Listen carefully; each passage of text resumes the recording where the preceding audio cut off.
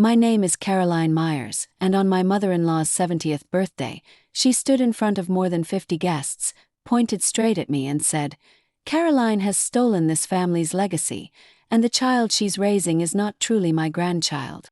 Those words felt like a knife twisting into my chest, right in front of my son Noah, just 14 years old. Have you ever been publicly humiliated by someone you called mother? If this story stirs up memories you can't forget, leave a comment, subscribe, and share, because I'm about to tell you what drove my family into a chasm no one saw coming. And it started long before that day. I stood frozen in that banquet hall, but the pain wasn't just from the public accusation. It came from a long past, where cracks had quietly formed over time, waiting for the day they would break wide open. Ethan and I met in Boston during a golden, sunlit fall. I had just finished my pediatric residency, and he was a software engineer starting his first job at a major tech company. We met at a mutual friends gathering, and from that very first conversation, I sensed the patience and calm in the way he listened. Ethan never interrupted people, and he remembered every small detail I shared. Maybe that's why, after just over a year, we moved in together, and a year later he proposed. Ethan's family was from New England, with deep roots. His ancestors once owned a well-known textile mill. His mother, Margaret, took great pride in their distinguished bloodline. From the very first meeting, she left me with a chill. Her smile was polite but detached, her eyes scanning me as if assessing whether I was worthy of being placed on display in her home. I remember clearly she asked me what I did for a living. When I told her I was a pediatrician, she raised an eyebrow. A noble profession, but exhausting. And the income? Just enough to get by, right? I smiled, trying to take it as a caring question, but deep down I knew what she meant. Under the table, Ethan gave my hand a gentle squeeze, as if to reassure me. When we got married, I had braced myself for the fact that full acceptance from my mother-in-law might be impossible. But I didn't know it would stretch on for the next decade. In the early years, Ethan and I lived peacefully enough. We tried for children, going through countless appointments, tests, hopes, and heartbreaks.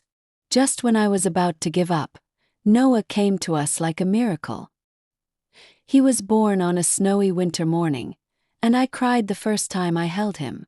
Ethan cried too, wrapping his arms around both of us. When Margaret came to visit, she stood over the crib for a long moment, then said, "At least the boy has the Myers eyes. Let's hope he keeps the right family traits." It sounded like a compliment, but there was a cold edge to it. As Noah grew, I noticed Margaret always compared him to Liam, Ethan's older brother's son. Liam was a year older, attended a private school, and was praised endlessly as the model of family tradition. At every holiday, Liam got expensive gifts, while Noah received modest ones, sometimes just a book or practical clothes. I taught my son that gifts were about the thought behind them, but I could see the questions in his eyes whenever he glanced at the flashy gift Liam clutched. One Christmas, after the guests left, Noah quietly asked me as we cleaned up, "Mom, why doesn't Grandma ever take pictures with me like she does with Liam?"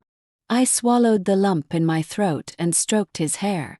"Maybe she was just busy talking, sweetheart. But to me, you're always the most precious." Noah nodded, but I knew my answer didn't convince him. When Noah was 8, tragedy struck. Ethan's father died suddenly from a heart attack. Margaret sold the large house to cover medical debts and claimed financial hardship. Ethan said to me, "Mom's on her own now, we should have her live with us for a while, help her get settled." I hesitated, memories of subtle jabs and comparisons flashing in my mind. But I thought of Ethan, grieving his father and worrying about his mother, so I agreed. All right. Family helps family. We renovated the guest room, fresh paint, new curtains, the best bedding we could find. When she moved in, I welcomed her warmly. First, things were calm. But soon, she rearranged the kitchen, altered meal plans, and even inserted herself into Noah's study schedule. One evening, I brought out a chicken salad for dinner. She looked at it and said, "This is the main course in this house? Noah must be starving." The Myers family is used to a proper red meat dinner. I let it slide, but I noticed Noah looking at me, waiting to see if I would respond. I still tried to find common ground. I invited her to Noah's school art exhibit. She claimed a headache, but the next day drove 2 hours to watch Liam's private school soccer game. Noah didn't say anything, but later, I found the drawing he had planned to give her locked away in a drawer. I began to realize these cracks were directly affecting Noah. He withdrew into his room, spending more time alone with his books or sketchpad. His laughter became rare. I confronted Ethan more than once. "Do you see how your mom treats Noah differently?" He sighed, rubbing his forehead. "You're overthinking it. Mom just finds it easier to talk to Liam because they share interests. And our son. Should he change himself just to get her attention?" He went silent. I knew he felt torn, but his silence made me feel alone in protecting Noah. At Noah's age, self-worth takes shape. Exposure to favoritism and constant comparison would make him believe he's not enough. That I couldn't allow. I lay awake many nights, wondering what to do. Each time I thought of Ethan's grief and told myself, maybe things will change. Maybe she just needs more time. But deep down, I knew I was only comforting myself. The barbed remarks, the missed milestones, the unequal gifts, all of it was forming a wound that would scar my son's heart. I'm not telling this for sympathy. I'm sharing it so that anyone standing between filial duty and protecting their child knows they're not alone. If you've ever seen your child treated like an outsider in their own family, you know exactly how much it hurts. If you were in my position, would you let it slide or confront it head-on? Leave your comment, share your story, and don't forget to like and subscribe to continue this journey with me. Margaret might think I'm overly sensitive. But a mother is never too sensitive when it comes to her child's happiness and emotional safety. From the day she stepped into our house, I sensed something wasn't right. I just didn't know how it would explode. At first, I tried to convince myself her changes were just her adjusting. But those changes dug deeper into our lives, suffocating me. She rearranged everything in the kitchen, from spice jars to pot placement. The anniversary clock I'd bought on our 10th wedding trip was taken down and replaced with a gold-plated antique she brought. "That one looks cheap, not fitting for a Myers dining room," she said. It wasn't the clock that bothered me. It was her creeping influence on Noah. Noah loved spending hours with his paper and colored pencils. His eyes lit with joy as he drew. To Margaret it meant nothing. One Saturday, I came home to find Noah at the dining table, drawing half-finished, Margaret standing over him. "Drawing won't help your future, Noah. You should play sports like Liam. Boys should be active and strong, not sitting and coloring." Blood rushed to my face, but I stayed calm. "He can do what he loves. Every child grows in their own way, Mom." I shrugged. "I just want what's best for him." Noah drew less after that, glancing around before taking out his pencils. I noticed her receiving large packages, always taken straight to her room. Once, delivering mail, I saw designer shopping bags on her bed. "What lovely things did you buy?" I asked. "Just a few sale items. At my age I don't shop much," she said, quickly closing the door. The packages became more frequent, even as she complained about expensive medication and small pension checks. One afternoon I overheard her in the kitchen. "Yes, the diamond pendant style. No gift wrap, I'll do it myself." When I entered, she smiled. "Just ordering some personal items." I didn't say anything, but suspicion grew. Then in May, Liam's birthday party pushed things further. The backyard was set with white-clothed tables and flowers, a 3-tier cake, and a pile of gifts. Margaret presented Liam with a large, gleaming silver-wrapped box. Inside was a shiny red mini motorbike. Liam cheered and hugged her. Noah smiled faintly. When it was his turn, she handed him a small package. Inside was a slightly worn Lego set, one I knew had been discontinued years ago. "Got it at an antique market, special isn't it?" she said proudly. Noah thanked her politely but kept glancing at the motorbike. On the way home he was quiet. "How was the party?" he asked. "Fun. But I don't understand why Grandma says I don't need many toys." I swallowed my real answer. "Maybe she thinks you're older now, so she got you something unique." I knew it wasn't true. This wasn't accidental. After that, I started documenting everything Margaret said and did. Not to accuse her, but to have proof when I talked seriously with Ethan. I recorded every comparison, every ignored achievement, every lopsided gift. A week later, while I was in my home office, Margaret came in holding a real estate magazine. "I just saw a beautiful house in Maine," she said. "If I sold some jewelry, I could make the down payment." I was surprised. "I thought you said you were having financial troubles." I shrugged. "Well, everyone dreams a little. But the reality is, you have to save because medicine is expensive." I looked at her, wondering how much of her story was true. That night, I told Ethan about Liam's birthday gift and Noah's old Lego set. He was silent for a long while before finally saying, "I know. I just didn't want to make a big deal of it. Didn't want Mom to feel hurt." "And what about your son? Do you think he doesn't feel hurt?" Ethan sighed but still didn't answer directly. I understood he was caught in the middle. But the more he stayed silent, the greater the distance grew between us. And Noah. I could see him slowly losing his natural confidence. I began paying closer attention to the packages Margaret received. Every time the doorbell rang, she nearly ran to sign for them, clutching the box and hurrying it straight to her room. One afternoon, while she was at the grocery store, I saw a receipt left on the dining table for a Tiffany jewelry set worth $6,000. The date was just last week. I held the slip of paper, feeling like I'd just found a crucial piece of the puzzle.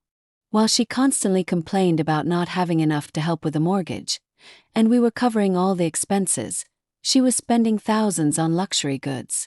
That evening, I sat at the dining table, waiting for Margaret to come down for dinner. As soon as she sat, I said quietly, "Your new jewelry is beautiful." Her eyes flickered with a hint of wariness. "Oh, just a discounted piece. I was lucky to get it." I smiled, saying nothing more. I knew it wasn't time to confront her yet. I needed more than this for Ethan to understand and believe me. But in my heart, I had already decided. This truth would have to come out before it tore my family apart and robbed my son of his childhood. What would you do if you found out someone living under your roof was hiding their luxury spending from you? Share your thoughts, like, and subscribe to keep following this story. Less than a month after Liam's birthday, Margaret came to us with a proposal. It was an early autumn evening. I was clearing the table when she set down her teacup and looked at Ethan and me with a face that had clearly been planning something. "This year is my 70th birthday, and it's also Liam's 15th and Noah's 14th. I think we should hold a joint party. Family, friends, Ethan's colleagues. Everyone together. It'll be economical, elegant, and bring everyone closer." Ethan nodded immediately, clearly liking the idea. "That's actually a good idea. Everyone will have a chance to see each other." I sat quietly for a few seconds. A joint party meant Noah would have to share the spotlight with Liam, and I knew there would inevitably be comparisons. But Ethan's eyes lit up, as if hoping for something good for the family, and I didn't have the heart to dampen his enthusiasm. "If we do it, we should plan the details early so we can prepare properly," I said. The very next day, Margaret had a list of must-dos. Rent a large hall, have a stage, gifts for the boys, and a special announcement she wouldn't explain. When I asked what it was, she only smiled. "You'll see on the day." It'll be a surprise. I didn't like Margaret's surprises. Experience told me they tended to make someone uncomfortable rather than happy. But I stayed quiet. We divided the work. I'd handle the decorations and menu. Ethan would take care of the guest list. And Margaret claimed she would arrange some special gifts and fresh flowers. When Noah heard his birthday would be celebrated jointly, he hesitated. One evening, as I was folding clothes in his room, he asked, "Mom, do I have to wear a suit like Liam? You can wear whatever you feel comfortable and appropriate in. If I wear something different, will Grandma?" He trailed off, but I knew what he meant. I sat beside him, holding his hand. You just need to be yourself. What others think doesn't matter. We began preparations. I chose navy blue and silver as the main colors. Neutral, not favoring anyone. I also ordered 2 separate cakes. One for Noah, one for Liam, so my son wouldn't have to stand next to someone and cut a shared cake like an afterthought. But Margaret still found ways to interfere. One morning, she went to the caterer to change the menu I'd chosen, removing the pasta Noah liked and replacing it with steak for elegance, because Meyer's guests don't eat cheap pasta. When I objected, she just shrugged. The minority has to go with the majority, daughter-in-law.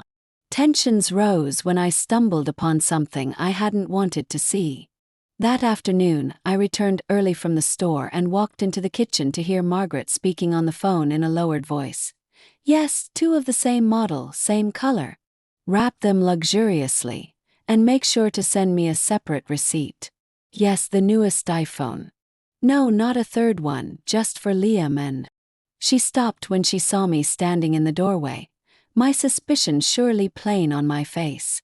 "Just ordering birthday gifts," she said quickly, then went back to her tea as if nothing had happened. That evening I told Ethan. "Are you sure you didn't mishear?" he asked with a touch of doubt. "I'm sure. She's ordering expensive gifts for Liam, and Noah's name never came up." Ethan frowned in thought, but then changed the subject. I knew he was avoiding confrontation. Still, I kept watching quietly. A few days later, I saw 2 large shopping bags from a well-known electronics store hidden under her vanity. She began locking her door whenever she went out. A new habit.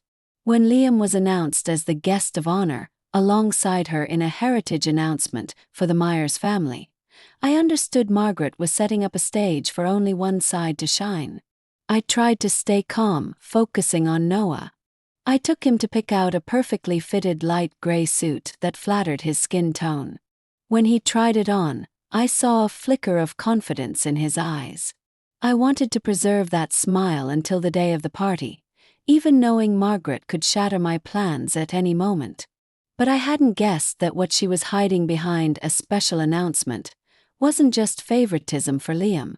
It held a knife aimed directly at me and Noah, right in front of a crowd, on a day meant for celebration. And that knife would cut into our deepest wound. 2 weeks before the party, I began sensing that Margaret was hiding something far bigger than just ordering gifts for Liam. The secret of phone calls, the papers she quickly folded when I entered her room, all felt like scattered pieces of a picture I hadn't yet seen whole. One afternoon, while I was tidying the living room, Margaret was in the garden on the phone. I hadn't meant to overhear, but her voice was loud enough for a few words to reach me. "Yes, I want to amend the paperwork. The inheritance. Yes, remove Noah. Add Liam's name." Froze. Remove Noah. Just 4 words, but they pierced my chest like a blade. I stood still, swallowing the shock so I wouldn't rush out and confront her on the spot. If I did, she'd deny it, as she always did when questioned about her actions. But my heart pounded so hard, I feared I couldn't hide it. That night, when Noah was asleep, I told Ethan, "I think your mom is planning to change the inheritance paperwork and remove Noah." Ethan frowned. "Where did you hear that?" "I heard her say it to someone on the phone. And not just that. I saw Noah's birth certificate taken out of the safe." "Explain that." Ethan stayed silent for a long time before exhaling. Mom has always believed blood is everything. I didn't think she'd go this far, but what? I looked him in the eye. But if she's really doing this, I need to know the reason. Maybe she thinks. I cut him off. What reason could possibly justify erasing a child's name from the family? Do you think she's doing this for the good of the family? Ethan lowered his head. I knew he was torn between his love for his mother and his duty to protect his son. In the days that followed, Margaret paid more attention to Liam, calling him daily, while barely speaking to Noah. Once I heard Noah tell her, "Grandma, today I got picked to design the poster for the school science fair." She replied curtly, "Oh, congratulations," then turned to call Liam about his basketball game. Inside me, anger and sadness churned together. But I still had no concrete plan for the party, where I suspected Margaret would deliver her real blow. A week before the event, I met my best friend Rachel for coffee. I told her everything, from the iPhone receipt to the "remove Noah" comment. Rachel frowned, her voice firm. "You need to prepare. Don't let her blindside you in public." "Prepare how?" "Record, take pictures, save everything. That way if you have to, you've got proof. And most importantly, protect Noah, both his spirit and his dignity."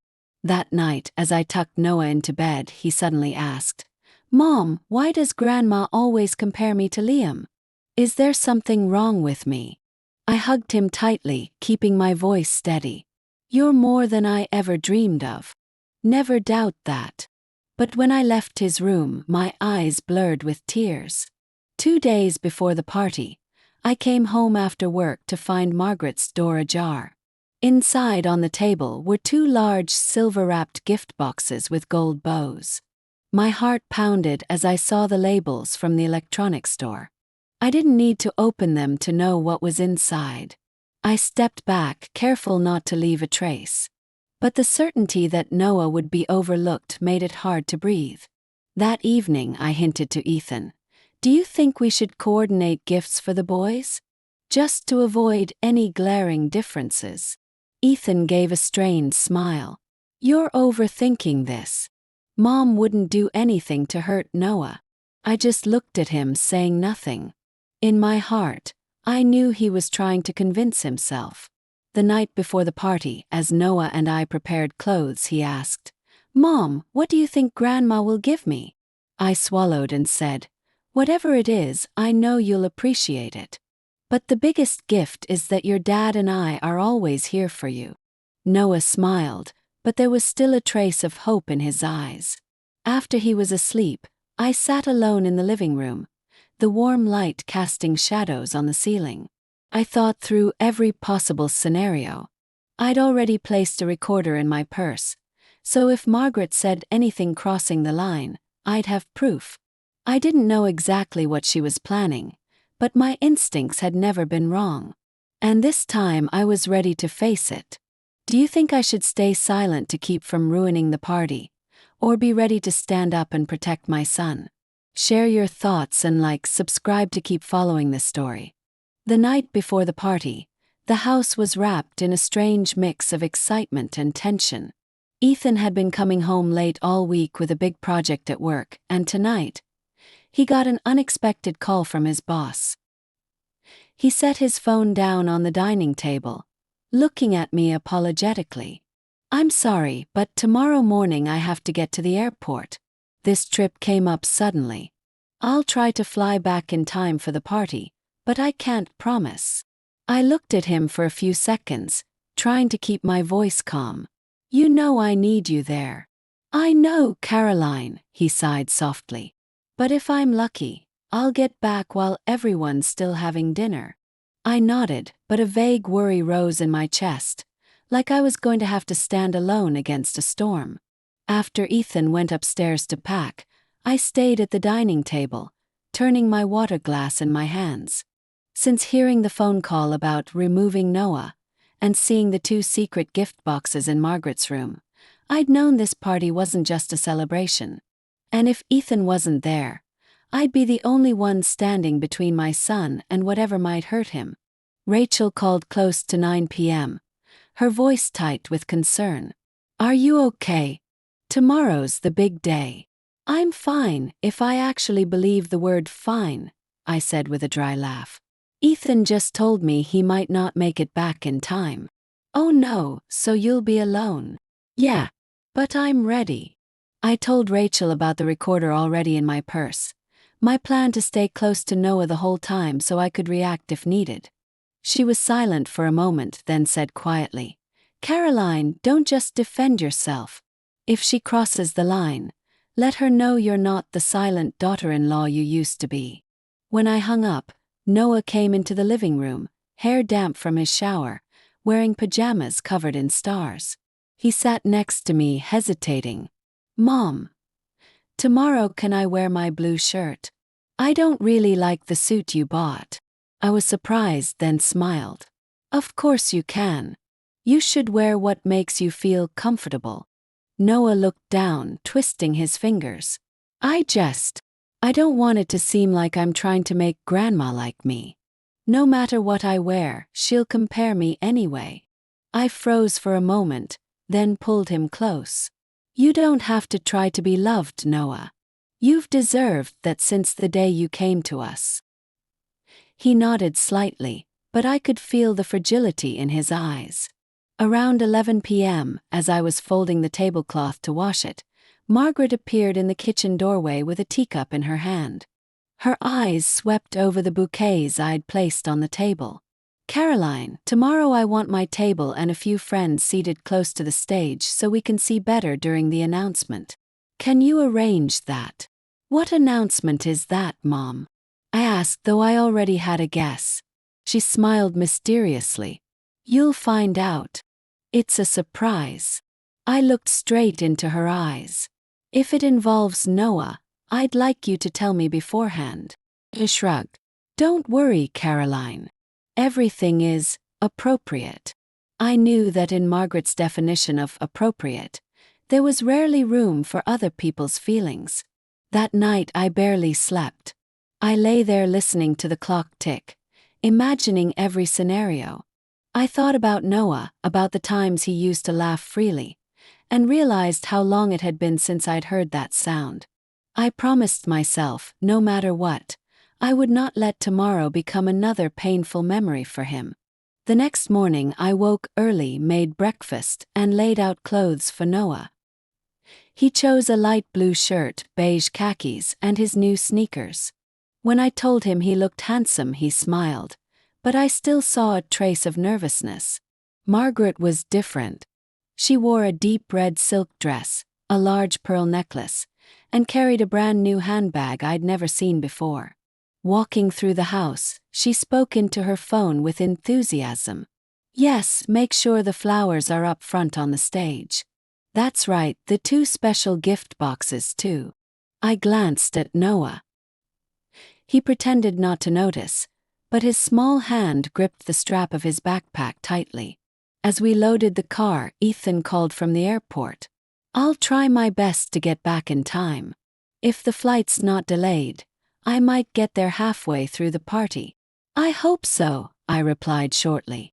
On the way to the venue, Margaret kept checking her phone, whispering to someone. I drove, eyes fixed ahead, my mind flashing with red warning signs. I could feel it. Today was going to be a long day. When we arrived, the hall was nearly decorated. Silver and navy ribbons hung from the ceiling, and the tables curved around a small stage. I checked every bouquet and seating arrangement to make sure Noah had a comfortable spot where he wouldn't feel out of place. Margaret disappeared backstage with the 2 gift boxes. I didn't follow, but I kept my eyes on her until she was gone. My hand instinctively tightened around my purse, where the small recorder was hidden. Noah stayed by my side, helping adjust tablecloths and glasses. He whispered, Mom, I'm not scared. You're here with me. I smiled softly, brushing his hair back. Always. By noon, guests began arriving. Laughter and chatter filled the air. Handshakes and congratulations all around. Noah politely greeted everyone, and I kept myself busy to avoid long conversations with Margaret. When the clock neared 3 p.m., I realized Ethan still hadn't arrived. My heart beat faster, but I forced myself to stay calm. Margaret, however, seemed more pleased by the minute, glancing at her watch as if waiting for the perfect moment. I knew it was only minutes before her surprise would happen, and I, alone, would have to stand there in front of everyone to protect my son. The noise in the hall quieted as the MC stepped onto the stage, smiling and inviting everyone to raise a glass for Margaret's 70th birthday. I sat close to Noah, my palm resting lightly on his back to steady him, though my own nerves were tight as wire. Margaret sat at a table near the stage, her face perfectly made up, smiling graciously at the guests. But I noticed her eyes flick toward the backstage area, where I knew the 2 boxes waited. After the toasts, the MC invited her to speak. Margaret stood slowly, as if giving everyone time to take her in. She held the microphone, her voice ringing clear. Today is not only special for me, but also for the Myers family. We celebrate Liam, we celebrate Noah. And it's also the time for me to share something I've held in my heart for a long time. I saw Noah lean forward slightly, his eyes wide on the stage. Margaret continued, "In any family, preserving tradition and honor is most important. I believe everyone here agrees. Family bound by blood always shares a special bond that cannot be replaced." Some guests nodded, but I noticed a few glance my way. That line wasn't accidental. She gestured, and from backstage, staff brought out the 2 silver-wrapped boxes. My heart sank. "These are special gifts for 2 grandsons I am very proud of," Margaret smiled. "Liam and..." She paused, her gaze on Noah before shifting to Liam. "And Liam, my grandson." A few scattered claps, but I felt the unease ripple through the room. Both boxes were handed to Liam, as if Noah wasn't even there.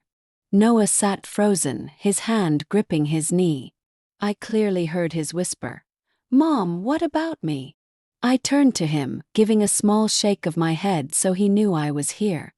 But on stage, Margaret went on, her voice calm as if stating a fact. "I know some may wonder, but I'm giving this gift only to my blood grandson. That's how I preserve our family's legacy." The air seemed to freeze.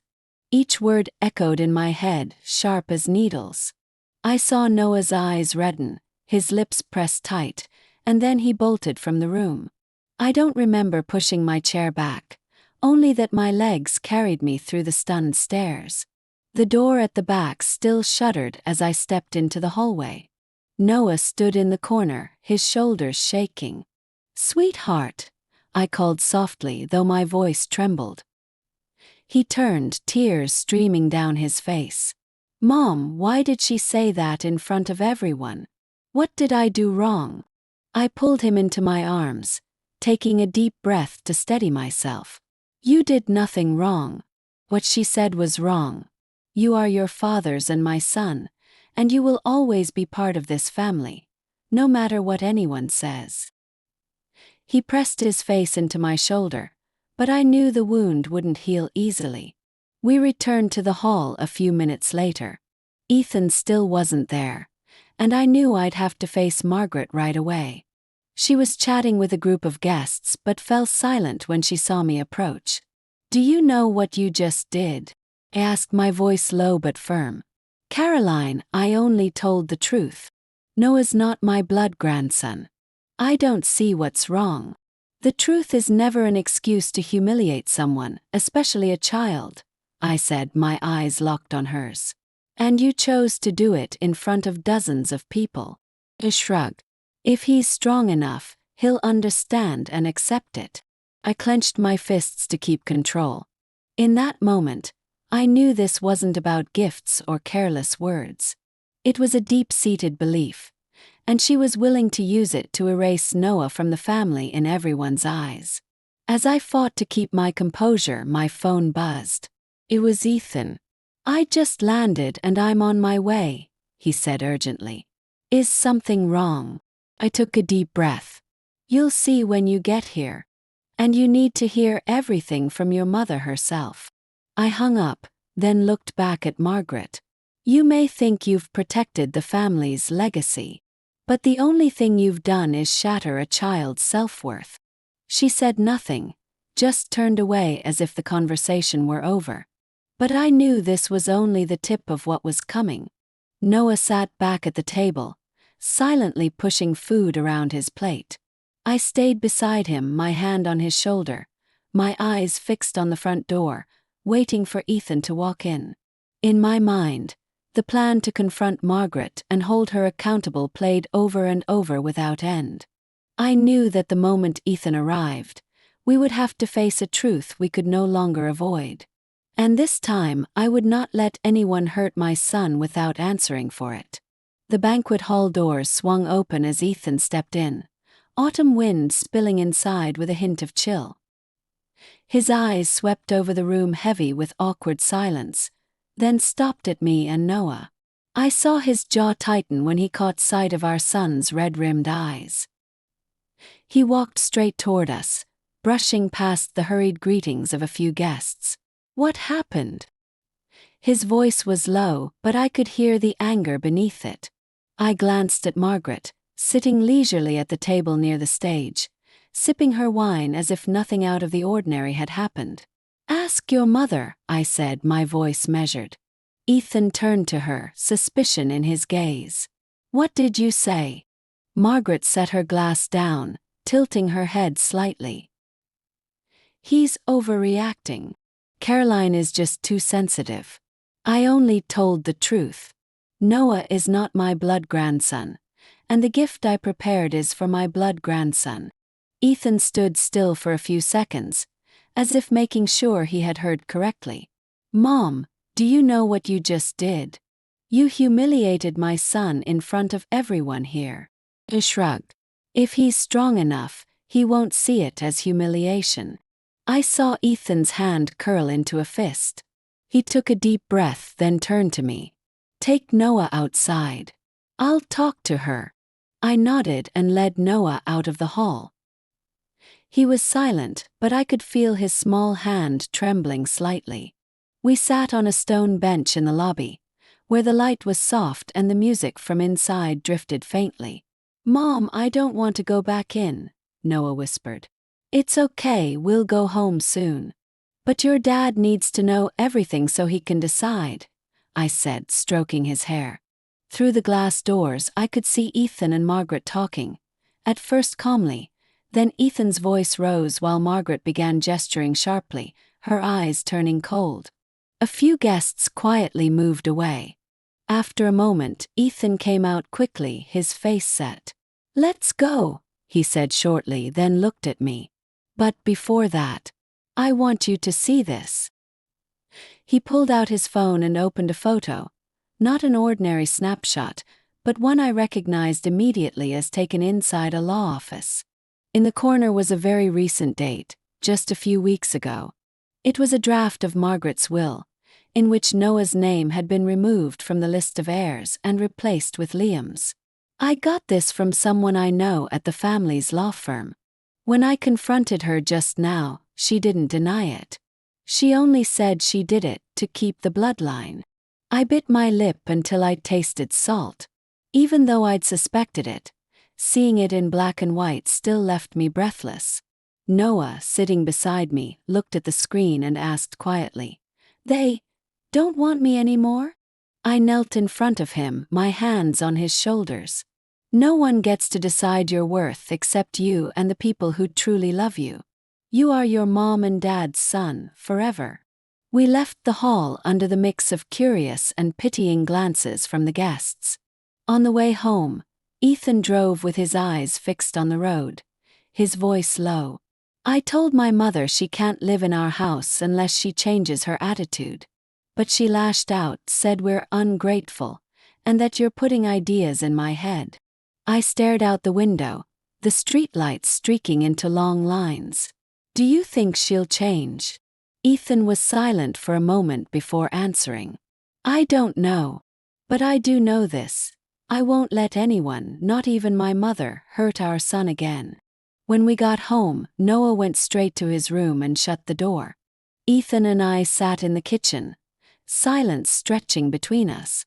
Then he took a small USB drive from his pocket and set it on the table. "This is a copy of all the emails Mom sent to the lawyer and Thomas. I want you to see them." I plugged it into my laptop and read line by line. In one email, Margaret had written plainly, "Caroline has never truly been part of the Myers family. Neither has Noah. We need to protect the estate from those not of our blood." I sat up straighter, my hands trembling though my voice stayed even. "This isn't just about a will. This is a campaign to erase him from the family." Ethan nodded, his eyes tired. "And we have to decide how we're going to respond." We discussed the idea of bringing in a family mediator, but I knew that for Margaret, saving face was more important than the truth. She wouldn't admit she was wrong unless she was backed into a corner. I looked at Ethan and said softly, "If we can't protect Noah in our own home, there's no point keeping things the way they are." He squeezed my hand. "I agree. But I want to do this clearly, so Noah never thinks this is his fault." He nodded. We agreed to let a few days pass before making a final decision. But in my heart, the choice had been clear from the moment Margaret held that microphone on stage. If it were you, would you let things fester or confront it head-on to end it? Leave a comment, hit like, and subscribe so I can share the next part of this story. 3 days later, the tension in our home still felt like a taut string. Ethan tried to keep things normal around Noah, but I knew he was holding back. Our son avoided mentioning that night, but sometimes I caught him looking at the family photo on the shelf, the one from last year's vacation, now seeming like something from another life. That evening, after Noah was asleep, Ethan came into the living room with his phone. He sat beside me, silent for a moment before showing me the screen. It was a text thread between him and Thomas, the cousin Margaret had always treated like her own son. "You should brace yourself. My mom's planning a family meeting this week to clarify things about Caroline and Noah. She's already called a few people to explain her side."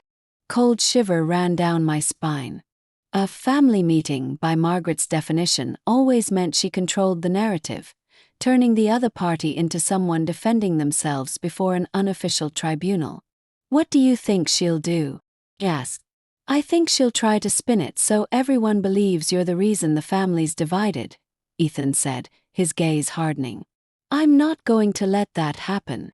I sat still, thinking about how to protect Noah and myself. Then an idea sparked, making me turn to Ethan. "If they want to clarify, then we prepare everything clearly, emails, documents, and witnesses included." Ethan nodded. We started listing what we had: the amended will, Margaret's emails to the lawyer, 2 phone call recordings I'd saved where she spoke about keeping the family bloodline. Ethan also reminded me of something I'd almost forgotten: the security camera footage from the party, capturing her entire speech on stage. The meeting day came sooner than I'd expected. The Myers family home, a sprawling mansion with a high-ceilinged living room and large glass doors looking out over the garden, filled with nearly 20 relatives, from aunts and uncles to distant cousins. Margaret sat in the armchair at the center, like a presiding judge. When Ethan, Noah, and I walked in, every eye turned to us. Kept my head high, my steps slow but steady. Margaret offered a cold smile. "Good, everyone's here. Now we'll talk like adults." She began with a long speech emphasizing tradition and family heritage, weaving in jabs about how Noah and I didn't understand or respect family values. My breathing grew heavier, but I stayed seated, waiting for her to finish. When she finally set down her water glass, I looked around and stood. "If today is to clarify, then I think everyone should hear the truth," I said calmly. From my bag, I pulled out a large envelope and set it on the table. Inside were printed copies of Margaret's emails, the altered will, and screenshots of her messages. I also handed a USB to Thomas, who managed the sound system, and asked him to play the video from the party. The image of Margaret on stage, microphone in hand, delivering her icy line about blood grandchildren and family legacy filled the room. Silence fell. Some exchanged glances. Others shook their heads in disappointment. Margaret slammed her hand on the armrest. "This is a family matter. No need to bring evidence like it's a courtroom." I turned to her, my voice steady. "Exactly. And because it's a family matter, I want everyone to know my son did nothing wrong. He deserves respect, not to be erased like he doesn't belong." Ethan stood then, moving to my side. "Mom, I've stayed silent too long, hoping you'd change. But today, in front of everyone, I'm making it clear.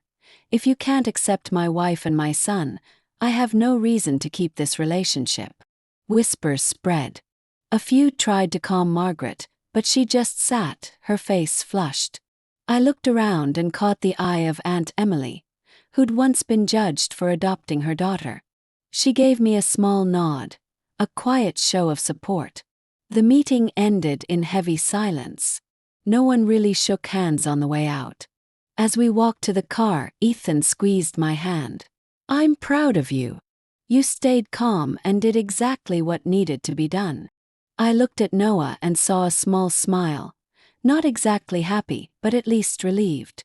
In that moment, I knew we were on the right path, even if the road ahead would be hard. A week after that tense family meeting, I sat by the living room window, watching crimson maple leaves drift slowly to the walkway. The house was quiet, but inside me was a mix of relief for speaking the truth and fatigue from closing a door on part of the family. Ethan brought out 2 cups of hot coffee, setting one in front of me. He sat across, silent for a moment before saying softly, "I just got an email from Aunt Emily. She wants to meet us, she says it's important."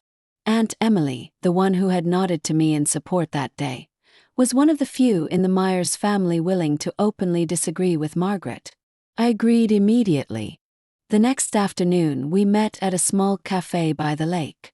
Aunt Emily wore a beige sweater, her face still kind but her eyes steady. After a few pleasantries, she leaned toward me, lowering her voice. "I know you've been under a lot of pressure, but you need to understand, not everyone in the family thinks like Margaret. Some of us are tired of the way she controls everything." Ethan stayed quiet, letting me respond. "Thank you. But right now, I just want to focus on Noah, on my little family." Emily nodded, then suddenly pulled an envelope from her bag. Inside was a copy of a legal document, the deed to a piece of lakeside property that Ethan's grandmother had purchased before she passed away. "This is what she wanted to leave for you." Margaret tried to hide it, but I managed to keep a copy. I took it, my hands trembling slightly. That land wasn't just valuable in money. It carried deep emotional meaning, like a piece of his grandmother's memory being passed down to us.